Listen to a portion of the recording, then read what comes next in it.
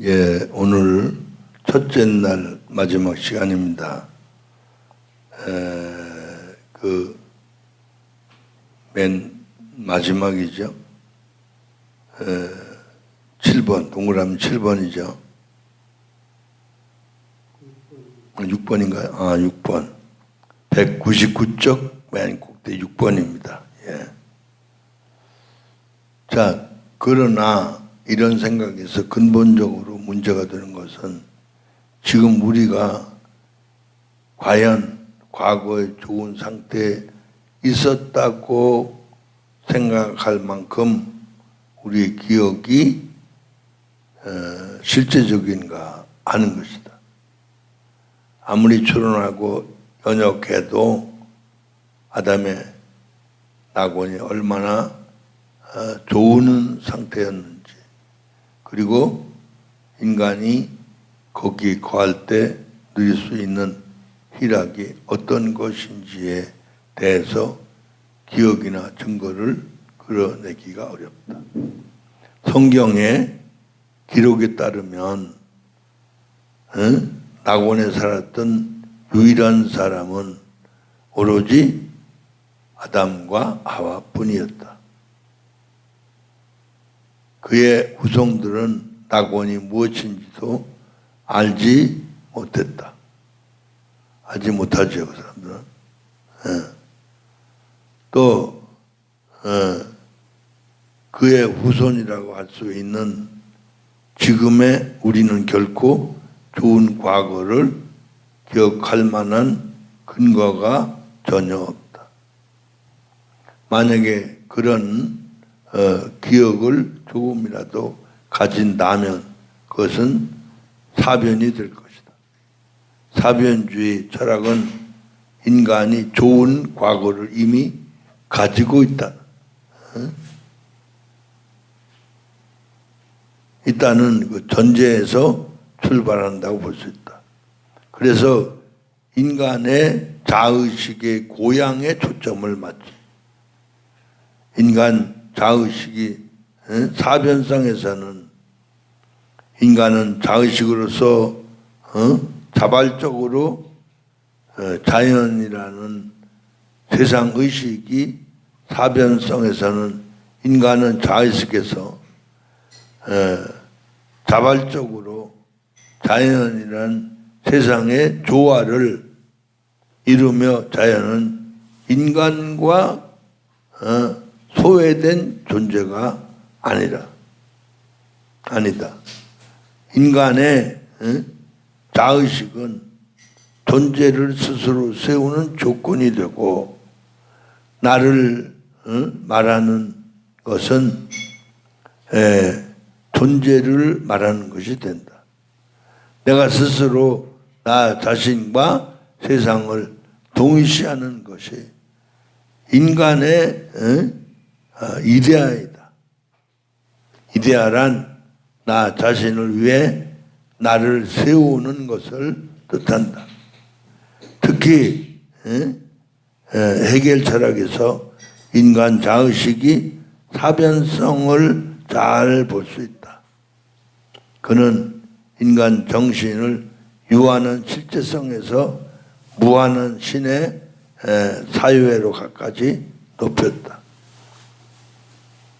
인간의 사변성을 표현하는 철학은 대부분 인간이 마치 좋은 과거를 가지고 있음을 나타내는 낭만주의 사상인데, 이 사상은 실제로 오해한 데서 비롯된다고 할 수 있다.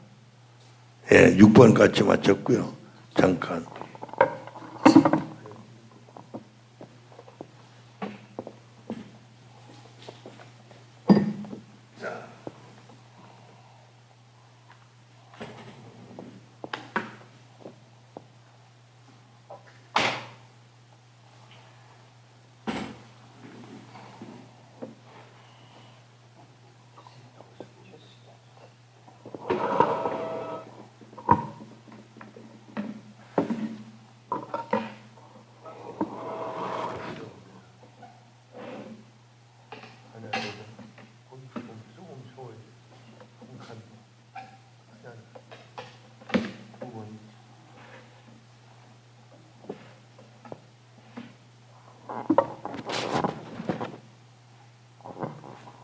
자, 199쪽 맨 아래 7번입니다.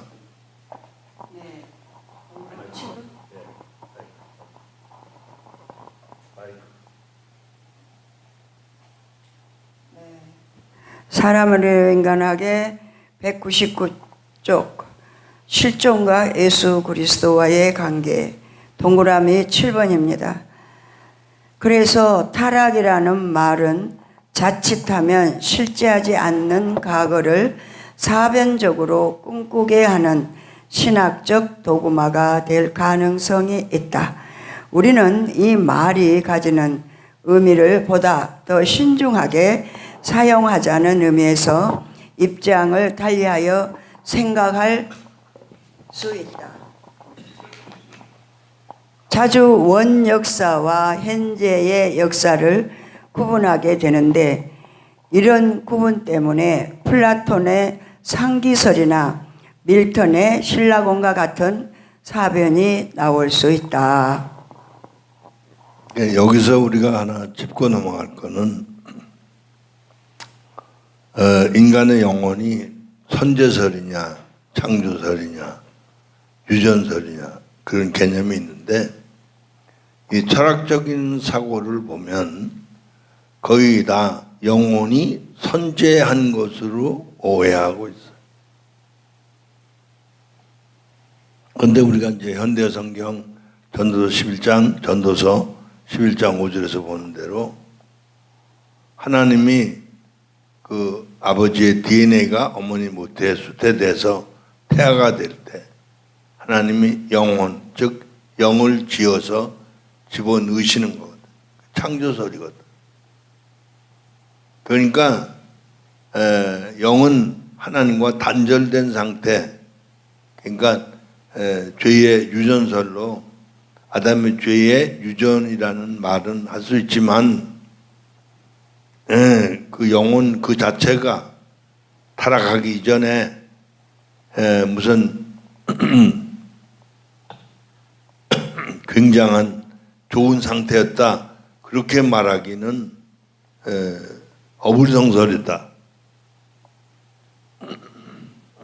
그러니까 철학에서 사유하는 건 영혼을 하다 보니까 영혼이 그 이전에 왜냐하면 그 영혼의 세계는 영혼성의 세계, 영혼성의 세계니까 인간이 그런 오해를 할 수 있는 거예요. 그게 철학적인 흐름을 학자들이 얘기를 했으니까 그런 얘기가 나오는데 마치고 있어요. 아직까지 결론이 안 나오지만 예수 그리스도가 빠진 구원은 존재할 수가 없습니다. 할렐루야. 여기 이제 주제가 실존과 예수 그리스도와의 관계가 나오니까 좋은 결론이 나올 겁니다. 할렐루야. 계속해서 200페이지. 큰 두 번째, 타락과 하나님의 역사입니다. 동그라미 1번, 세상 역사의 시작은 인간에서 시작된다. 인간은 사람의 상실이다. 역사는 인간이 사람을 상실한 데서부터 출발한다. 세상은 사람의 상실에서 일어나기 때문이고 세상 역사는 인간이 세상에 거하면서 주어지기 때문이다. 사람이란 나로 실제하는 하나님에 의해 부름을 받은 존재로서 하나님이 주인으로 일어나는 존재이다. 하나님이 주인으로 거하는 존재에게는 세상이란 실제하지 않는다. 거기에는 오로지 나로 실제하는 하나님이 계시된다. 세상이란 인간이 스스로 자신을 나의 자리에 세워놓음으로써 사람을 상실하게 되고 자신을 스스로 생각하는 주체로 서게 되는데 바로 거기에서 생기게 되었다. 그리고 세상과 함께 역사는 시작되는 것이기도 하다. 이러한 의미에서 타락 이전에 인간이 가졌던 상태를 원역사로 간주할 때 주의해야 할 것은 전혀 역사가 일어나지 않았다는 의미에서의 원역사로 이해해야 한다. 물론 불순종하기 전에 아담도 생육하고 번성하며 자연을 다스리는 활동이 있었다. 그러나 그것은 역사로 이해할 수 없다. 또한 그 명령을 주신 하나님의 명령이 소위 문화적 명령이라고 쉽게 단정할 수 없다. 왜냐하면 역사나 문화와 같은 것들은 아담이 하나님에 대항하여 불순종한 이후에 자의식이 되어 자신을 스스로 세움으로 인해 생겨난 세상을 가지면서 시작하는 인간의 정신 활동이기 때문이다. 불순종하기 전에 아담에게는 세상이라는 의식이 있었다고 할 수 없기 때문에 역사나 문화도 실제할 수 없었다고 해야 한다. 자, 그러니까 우리 이제 아담과 우리를 비교하면 아담은 그 낙원에서 산다가, 그죠? 자기 세계에서 사는 이런 이중적인 걸 경험했기 때문에 그 하나님을 그리워하는 존재가 됐죠. 그러나 우리는 원천적으로 그와는 다른 거예요. 그래서 우리는 아까 말씀드린 것처럼 전도서 11장 5절 말씀처럼 우리가 창조됐는데 다만 아담의 그 죄의 유전 때문에 우리가 하나님과 우리 자신의 영이 단절된 상태로 태어났기 때문에 매개의 역할을 하실 하나님이 예수 그리스도를 보내셔서 그분이 중간에 우리를 예수와 한 영이 되게 만드시고 그런 놀라운 십자가 사건과 부활의 사건, 이 사건을 통해서 성령으로 말미암아 우리가 예수 죽으시고 부활하신 예수님의 영과 한 영이 되게 만드신, 그래서 고린도전서 1장 24절 말씀처럼 예수 그리스도 안에서 부르심을 받은 우리들에게는 예수 그리스도가 하나님의 지혜요 하나님의 능력이죠. 할렐루야. 이게 놀라운 거거든요. 그러니까 그런 것 때문에 우리는 타락이라는 개념을 우리 입장에서 이해할 때, 그러니까 아담과 하와가 타락했기 때문에 그 죄의 유전선을 우리가 이해하는 거지. 우리가 뭐 그렇게 낙원에 있다, 그러니까 영혼이 선재한 게 아니야. 저 낙원에 있다가 영혼이 우리 육체에 들어온 게 아니란 말이죠. 할렐루야. 이걸 분명히 우리가 구분할 수 있어야 될 줄로 믿습니다. 그러니까 학문과 성경이 유기적으로 연관이 돼야 돼. 그래야 우리가 올바른 그런 학문적인 정립이 될 줄로 믿습니다. 네, 할렐루야. 200장의 동그라미 2번입니다. 타락과 하나님의 역사입니다. 동그라미 2번, 지금의 우리는 세상의 역사, 즉 세계사를 가진다. 세상 안에서 비로소 역사가 일어나는 것이기 때문이다.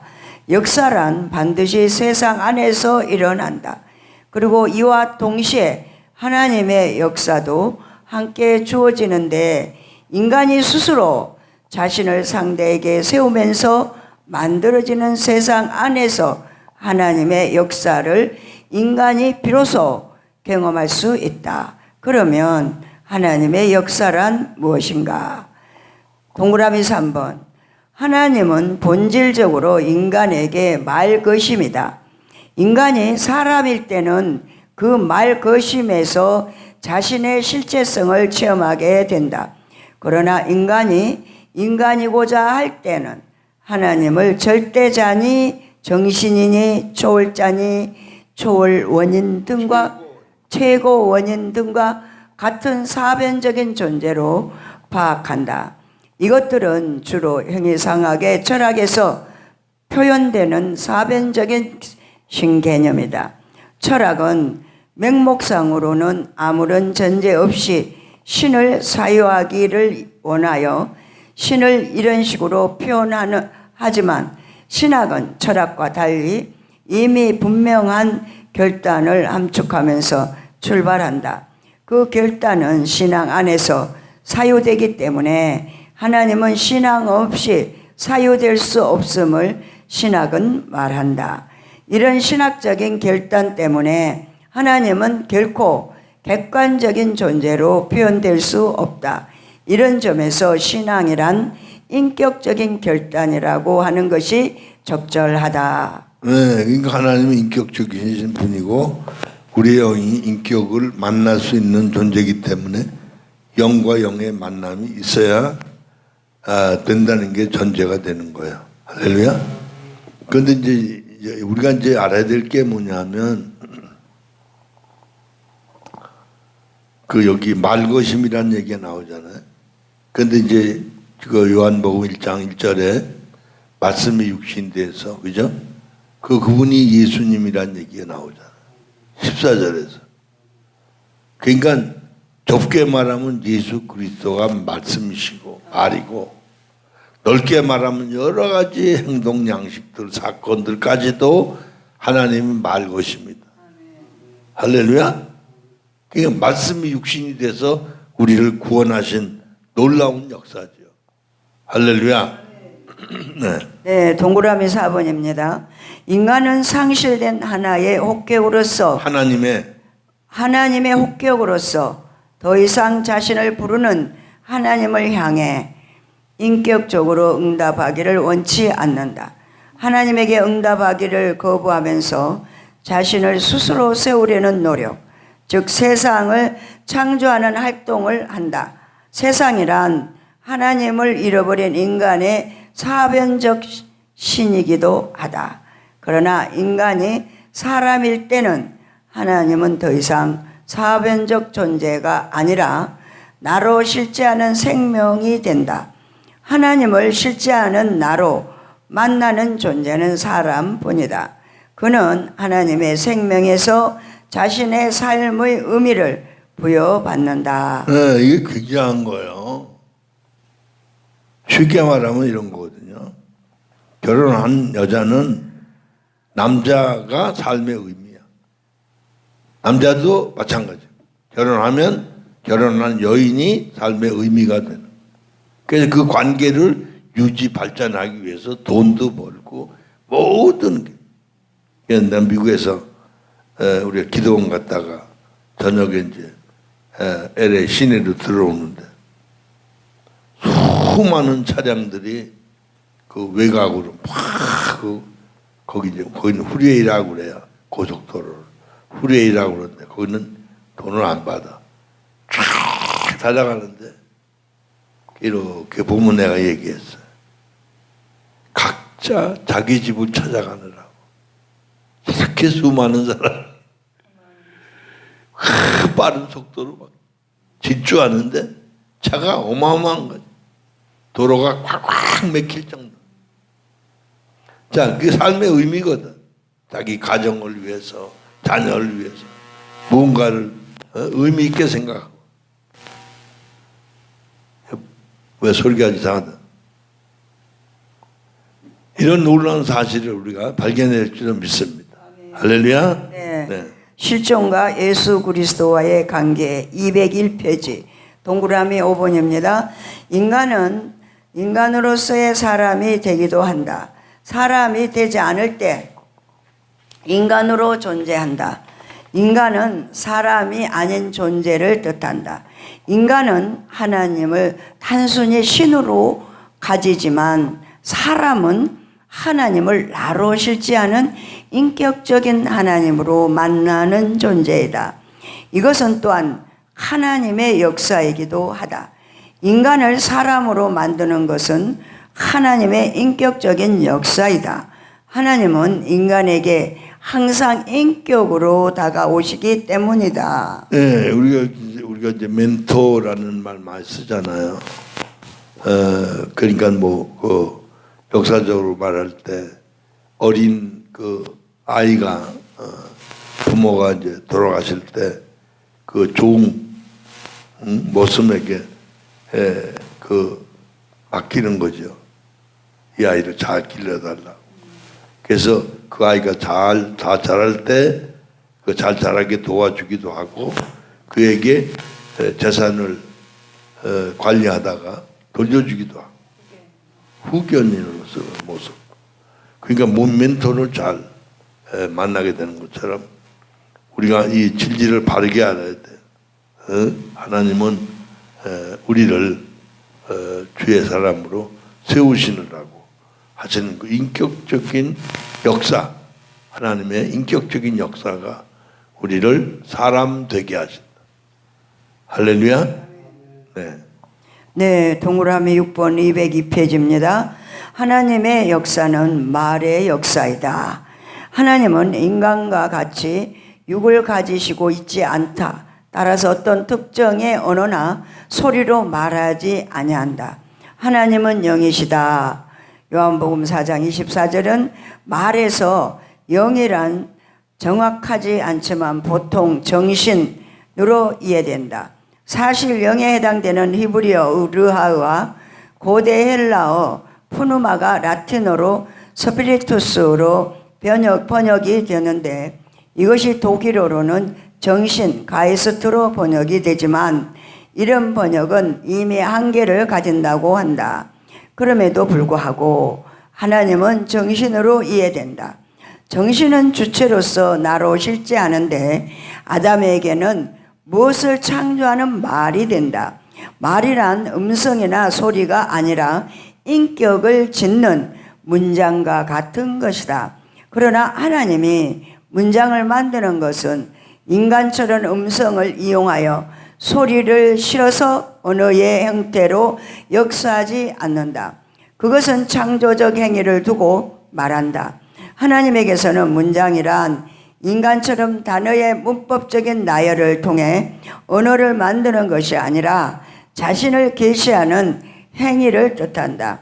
이런 의미에서 언어의 시작쯤에 말은 문장으로 있었고 나가 실제한다. 는 문장은 최초의 문장이었으며 그것은 근원적인 문장으로서 발설의 전제이며 모든 여타의 말들과 문장들, 단어들의 근거가 된다. 고 말하는 에브너의 주장이 일리가 있다. 그러니까 태고적에 있었던 말은 하나님이셨고 그 말은 내가 실제한다는 말이셨다. 이 말씀은 인간을 향한 하나님의 계시였다고 그는 주장한다.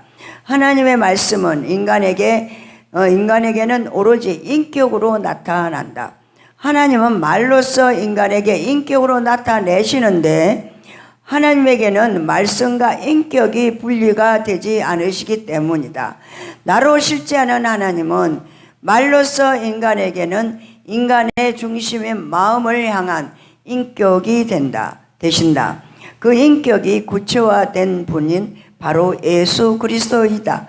예수 그리스도는 하나님의 말씀으로서 나로 실제하는 하나님의 역사에서 인격으로 구체화된 존재이다. 아멘.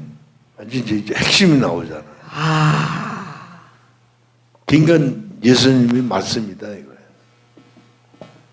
그리고 놀라운 것은 사울을 만나 주신 하나님, 사울을 만나 주신 주님, 또 사울에게 아나니아를 보냈잖아요. 그죠? 그래서 뭐라고 그랬어요? 그가 할 일에 대해서 다 얘기해 줬죠. 하나님은 놀라우신 분이에요.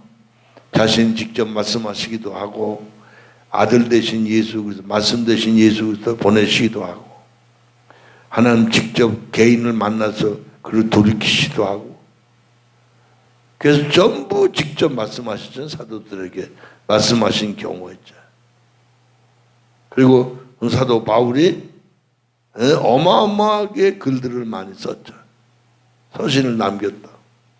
그뿐만 아니라 사도 요한이 주님의 사랑을 깊이 받았던 존재지만 그가 계시록에 나타났던 모습을 보면 그의 영이 몸을 빠져나가서 하늘에 가서 수많은 하나님이 하실 일들에 대해서 요한 계시록을 받아 기록하고 적어서 1장부터 22장까지 기록한 그런 놀라운 사건을 보면 하나님은 말씀이시라고 우리가 이해할 수 있는 게 뭐 아무 허점이 없는 거예요. 진짜 하나님은 말씀이시고 아멘. 또 하나님이 말씀이신 예수 그리스도를 통해서 일하시고 아멘. 또 그때그때 필요에 의해서 인간이 이해할 수 있는 방법으로 계시하셔서 우리를 사람 되게 하시는 분이 하나님이시고 아멘. 우리를 사람으로 하나님이 원하시는 대로 세우시고 하나님이 쓰셔서 하나님 뜻대로 일하시는 분이 하나님이시죠. 할렐루야. 네. 놀라운 사건. 예, 203페이지 동그라미 7번입니다. 우리가 도대체 말씀이 무엇인가를 질문하면 그것은 곧 하나님의 역사라고 이해할 수 있다.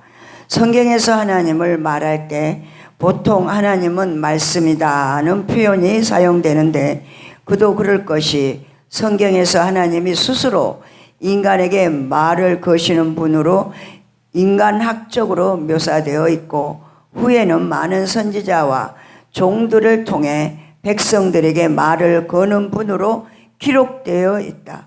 그리고 여호와의 말씀이니 하나님의 말씀이니 그리스도의 말씀이니 선지자의 말씀이니 사도들의 말씀과 같은 표현들이 많이 사용되어 있다. 그래서 하나님과 말씀과의 관계는 기독교에서는 불가분의 관계에 있다고 해도 결코 과언이 아니다. 더구나 많은 신학자들이 하나님에 대해 말하면서 하나님은 말씀이다고 선언하고 있으며 신약의 요한복음에서는 놀랍게도 말씀이 육신이 되어 우리에게 오셨고 우리 가운데 거하는 그리스도가 하나님의 말씀이라고 서문에서 자세하게 그러나 묵시적으로 설명되어 있다. 그래서 우리는 성경에서 묘사되고 있는 하나님이 도대체 누구인가를 물을 때 서슴없이 말하기를 하나님은 말씀이다라고 대답한다. 네, 놀랍죠. 그러니까 말씀으로 역사하시는 하나님.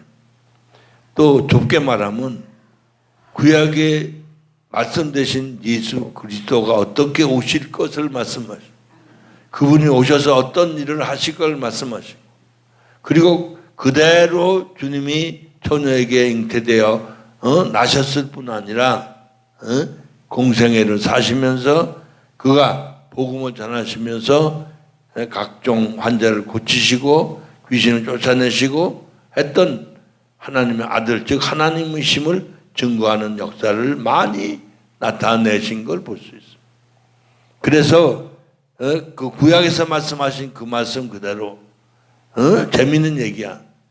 그 구약적으로 올라가면 말씀이 육신이 돼서 이렇게 말할 수도 있다. 할렐루야. 그러니까 원초적으로 근원적으로 말씀이신 하나님이 그리스도를 통해서 또 말씀 되신 주님이 오셨지만 그렇게 우리가 이해할 수도 있다. 아멘. 할렐루야. 203페이지 동그라미 8번입니다. 하나님의 말씀이라고 할 때 과연 그 의미는 무엇일까? 우선 거기에서 하나님이라는 말과 말씀이라는 말이 서로 소유격으로 관계하고 있다. 고대 언어의 문법에서 소유격이 가지는 두 가지의 의미를 간과할 수 없는데 목적격적인 소유격과 주격적인 소유격이 그것들이다. 목격적인 소유격이란 소유격이 하나의 목적의 의미를 가지는 것을 뜻한다. 예를 들면 하나님의 심판이라고 할 때 이때의 소유격은 하나님이 심판이시다 하는 의미보다 하나님이 심판을 하신다는 의미다. 반면에 주격적인 소유격이란 주어의 구실을 하는 소유격을 말하는데 예를 든다면 하나님의 사랑이라는 말은 하나님이 사랑을 가진다는 의미보다는 하나님이 사랑이시다는 의미다. 그렇다면 하나님의 말씀이라고 할 때 이때의 소유격은 어떤 의미가 적합하겠는가? 아마도 둘 다에 해당될지도 모른다. 즉 하나님은 말씀을 가지셨다는 의미도 있겠고 동시에 하나님은 말씀이시다는 의미도 있을 수 있다. 그러나 전자는 하나님을 믿는 인간들을 통하여 말씀하시는 하나님의 표현을 할 때 사용되고 후자는 하나님 자신이 직접적으로 말씀이 되신다는 의미가 담겨 있겠다. 동그라미 9번. 소유격이 이렇게 두 가지의 의미를 가지는 것은 우리 인간의 사고 구조의 특성 때문이라고 할 수 있겠는데 우리 인간은 소유격을 항상 소유하고 있는 어떤 것으로 이해한다. 다시 말해 주격이 소유하고 있거나 소유하고 싶은 어떤 사물 또는 어떤 물건을 지칭할 때 소유격을 사용하여 표현한다. 우리가 사용하는 소유격을 살펴보면 대개는 인간과 물건 사이에서 사용되는 관계인 것을 알게 된다. 김아무개의 집, 박아무개의 사람, 최아무개의 사랑 등 대개는 이 소유격이 어떤 것을 소유 내지 점유라는 개념으로 사용된다. 그래서 우리들은 나이의 의미를 가지는 것을 가리켜 소유격이라고 칭하기도 한다. 이런 인간적인 개념을 가지고 하나님을 생각하면 하나님을 근본적으로 오해할 수 있다고 본다. 하나님은 처음부터 어떤 실체거나 3인칭으로 묘사할 수 없는 영이시라는 점에서 소유나 점유의 대상이 되지 않고 인간 정신의 인식이나 사유의 대상도 되지 않는다. 우리가 통상 하나님이라는 말을 사용하는데 이 말은 하나님이라는 실제성 혹은 생명을 우리 인간의 방식으로 부른 말이기도 한다. 다시 말해 하나님이라는 단어는 하나님 자신을 말하는 것이 아니고 인간이 부르는 신의 이름일 뿐이다. 예를 들면 하늘님이라든지 하느님이라든지 곧 갓이라든지 가트이라든지 말들은 인격적인 하나님 자신을 지칭하는 말이 아니고 인간이 3인칭의 방식으로 부르는 신의 이름이다.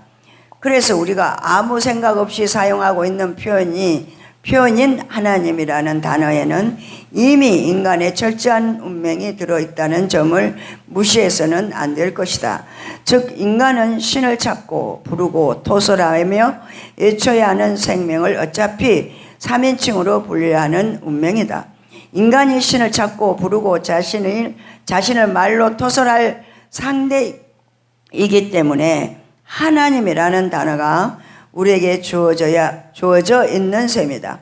즉 하나님이란 말은 인간의 실존이 도대체 어떤 상황에 놓여 있는가를 드러내는 표현이고 인간은 거기에 의식하든 의식하지 않든 그 상황에서 해방되기를 원하는 인간 존재의 뿌리를 반영하는 말이다.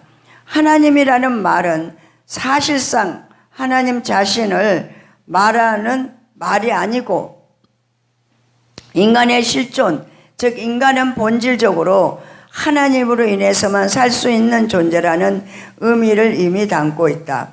하나님이라는 말은 하나님에 대한 이론적인 방식이나 성찰 혹은 하나님 자체를 반영하는 말이 아니다. 그리고 하나님의 객관적인 속성이나 능력을 나타내는 말도 아니고 오로지 그 말을 사용하는 인간의 실존을 투영 혹은 반영하는 말이다. 즉 인간은 하나님의 실제성을 찾아야 살 수 있다는 자신의 철저한 실존을 표현한 말이다. 그래서 하나님이라는 말은 만나지 않으면 죽어버리며 오로지 인격적인 만남을 통해 살아갈 수 있는 인간의 넘지 못하는 운명을 가리키는 말이다. 그것은 인간이 하나님을 부르는 또는 인간이 하나님을 갈망하는 인간의 극복할 수 없는 운명을 가리키는 말이다. 현대의 가장 큰 비극은 니체의 선언인 신이 죽었다는 말 속에 담겨 있는 의미에서 나타난다. 이 선언을 하나님 자신이 하신 말씀이 아니고 인간이 한 선언인데, 인간은 더 이상 하나님을 부르지 않겠다는 비참한 영적 단절을 선언 혹은 선고하는 말이기도 하다. 달리 말하면 하나님이라는 생명은 현대인에게는 더 이상 부를 수 없는 존재가 된 것이다.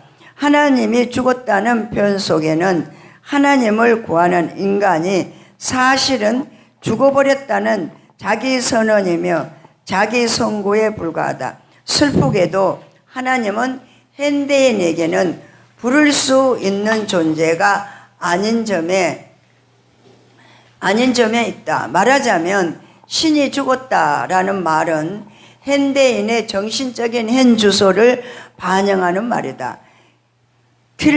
틸리히에 의하면 신이 죽었다는, 틸리히는 이에 의하면 신이 죽었다는 표현은 인간의 신에 대한 의식이 강기하는 한에서만 신이 죽었다는 것을 뜻한다고 진단한다. 그것은 궁극적인 존재에 대한 인간의 의식이 죽었다는 것을 의미하는 것 외에 다른 어떤 것도 아니라는 의미다. 현대인은 신을 부르지 않는다는 의미도 있지만 더 정확하게는 현대인은 신을 불러도 그 신이 응답을 하지 않는다는 의미가 더 강하다. 설령 부른다고 할지라도 그 신이 응답이 없다는 점에서 문제로 보인다.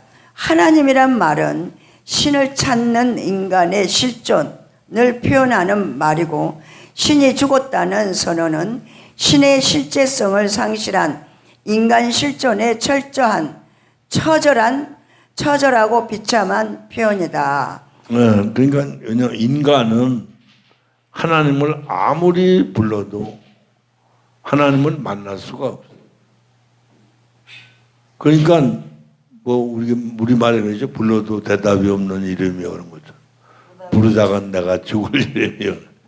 그러니까 인간은 아무리 하나님을 찾아도 못 만나. 그 말은 사람일 때만 만나. 그러니까 이웃집 아가씨가 내 아내가 될 땐 여보 그러면 얼른 대답을 하는데, 응? 그런 관계가 아닐 때 여보 그러면 저 사람 미쳤나. 관계라는 게 이렇게 중요하다. 하나님 영이시기 때문에 우리가 영적인 존재, 즉 심령이 돼서 하나님이 사람이 될 때만 하나님과 교통이 된다. 할렐루야. 관계라는 게 중요한 거야. 그러니까 심리적인 인간적인 자의식을 가지고 그냥 부르면 그건 맹목적으로 부르는 거야. 허공을 치고 부르는 것 같다. 그러니까 아마 인간적으로 말하면 아마 내가 예수 믿기 전에 하늘을 향하여 소리를 버럭 지르면서 대낮에 오후 2시쯤 됐을 때 구름 한 점 없고 햇빛이 쨍쨍 나는, 야 하나님 있으면 이리 와라, 내가 박살내겠다. 그분이 영적으로 알아들으셨으면 못 알아들은 거 아니시지만 아마 내가 지직할 때 죽었을 거야. 그런데 하늘에서 불벼락이 떨어졌다. 거대한 불줄기가 화사삭 그랬는데 그 다음날 동아일보 신문에 났었다. 230년 전에 프랑스 파리 근교에서 이런 일이 있었고 우리나라에선 처음이야. 할렐루야. 그러니까 지금은 조금이라도 불경스러운 언어를 쓸 수 없을 만큼 하나님께 대한 거룩한 두려움이 있다. 할렐루야. 그 비교가 안 되는 거예요. 아는 것과 모르는 차이는 엄청난 거예요. 할렐루야. 우리가 본질을 알아야 될 줄로 믿습니다. 예.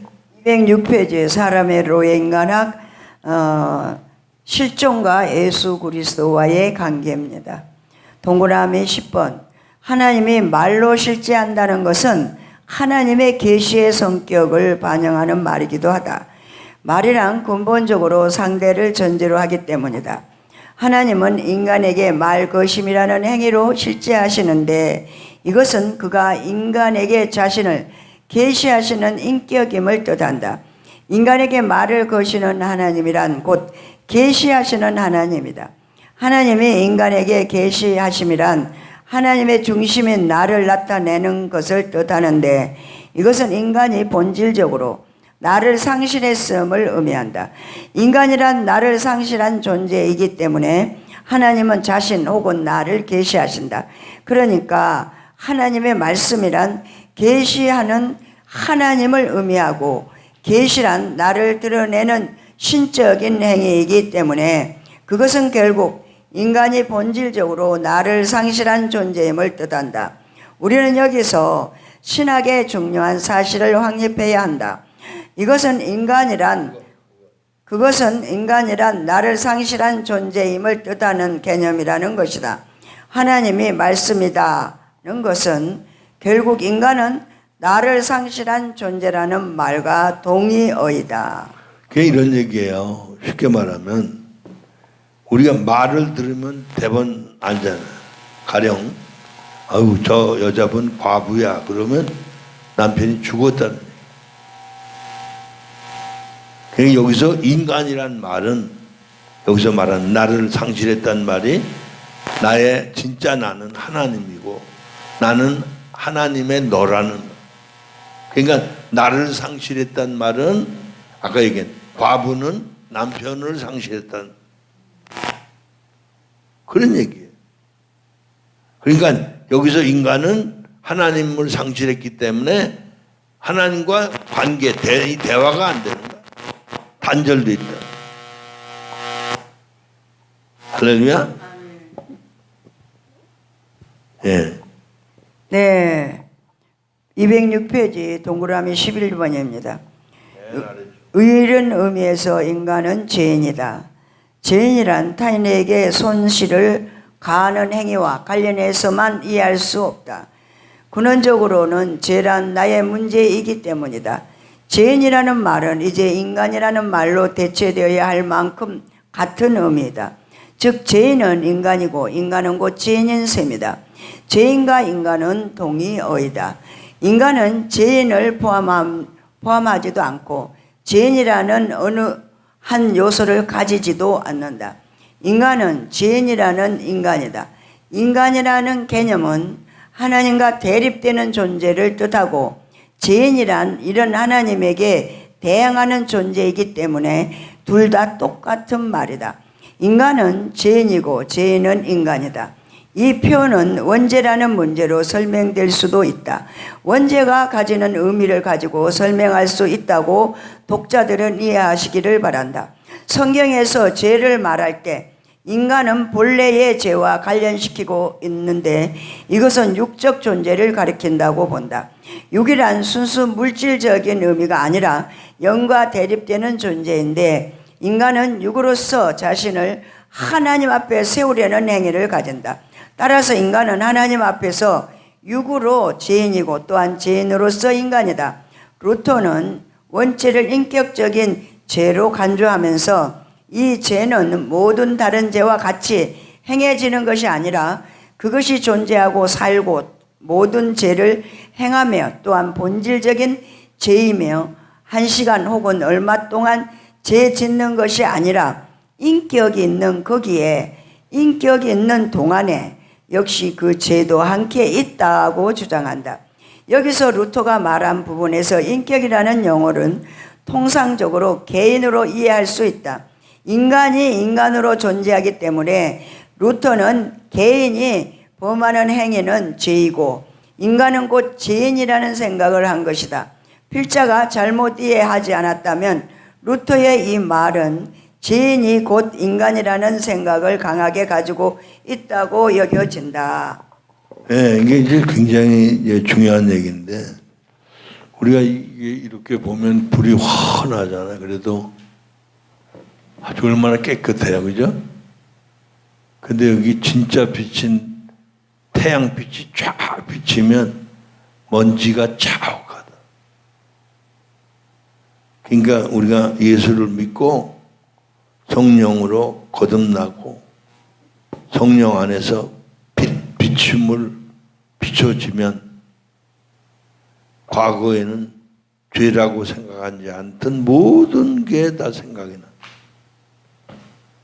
한두 가지, 몇백 가지, 몇천 가지, 몇만 가지가 아니라 아주 죄의 덩어리라는 걸 깨닫게 되고 회개하게 되는 걸 발견하고, 회개할 때는 성경이 죄를 고백하는 사람은 다 하나님 없애주시는 거지, 사해주시는 걸 체험하는데 그건 상상이 안 되는 거예요.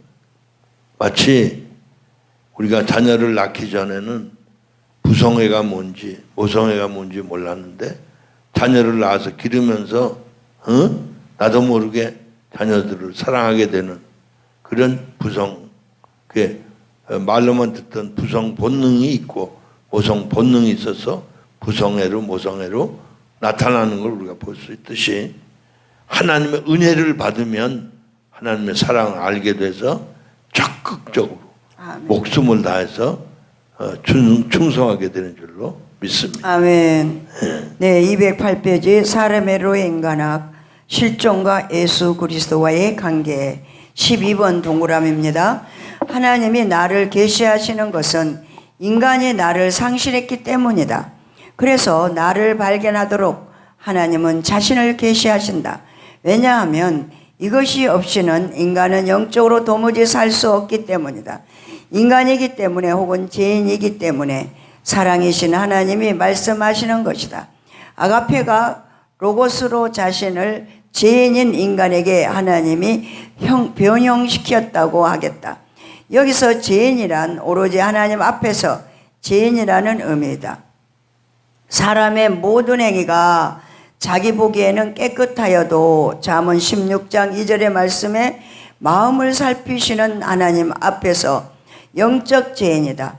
즉 죄인이란 스스로 깨끗하다고 생각하는 자이다. 하나님 앞에서 죄인이란 스스로 행위 면에서 깨끗하다고 생각하는 자라는 의식으로 살면서 심령을 살피시는 하나님을 의식하지 않는 자이다. 죄인이란 스스로 죄인이 아니라고 믿는 자이기도 하다. 자기의 행위가 깨끗하니까 굳이 하나님을 찾을 이유가 없으며 죄 용서를 구할 이유도 없다고 여긴다. 행위가 깨끗해서 하나님을 찾을 이유가 없다는 자가 만약 하나님을 찾게 되면 어떤 의도를 가지고 부르는 행위를 하기도 한다. 자기의 행위가 깨끗하다고 믿고 있을 자는 평소에는 하나님을 찾지 않지만 어떤 문제와 관련하여 하나님을 찾으며 하나님을 부르게 된다. 이런 자들은 종교의 하나님을 찾는 것이지 계시의 하나님을 찾는 것이 아니다. 죄인이라고 말씀하시는 계시의 하나님은 그에게서는 찾을 수 없다. 그러니까 이제 우리가 보통 종교적 하나님은 인간의 문제를 해결해 주시는 해결사인 그런 신으로 사람이 규정을 하는 거죠. 그런데 사람이 돼서 하나님을 알게 되는 것은 신이 아니라 우리 영의 친아버지고 나를 영원한 생명으로 인도하시기 위해서 아들 되신 메시아 예수 그리스도를 십자가에 내주시기까지 사랑하신 분이라는 걸 알게 될 때 우리는 주님 말씀대로 마음과 뜻과 정성과 목숨을 다해서 하나님을 사랑하고 우리의 이웃도 우리 몸처럼 사랑할 수 있는 사람으로 바뀌게 되는 것을 우리가 깨닫게 됩니다. 할렐루야. 여기까지만 해야 되겠어요. 시간이 49분이니까 여기까지만 하겠습니다. 할렐루야. 기도하겠습니다. 좋으신 아버지, 오늘 아침 시간부터 이 저녁 시간까지 5 강의를 진행할 수 있도록 도우시고 사람의 로의 인간학 이 교제를 통해서 인간의 본질을 다시 한번 되돌아보고 하나님이 어떤 분이신지, 우리 인간으로서는 하나님을 만날 수 없고 심령이 돼서, 즉 사람이 될 때만 하나님을 만날 수 있다는 것을 깊이 깨닫게 하신 걸 감사합니다. 바르게 알고 바르게 믿고 달려갈 길 올바르게 달려갈 수 있도록 인도해 주옵소서. 예수님의 이름으로 기도 올려옵나이다. 아멘. 할렐루야. 감사합니다. 네, 유튜브를 보는 모든 사람들이 함께 하시는 줄로 믿습니다. 아멘.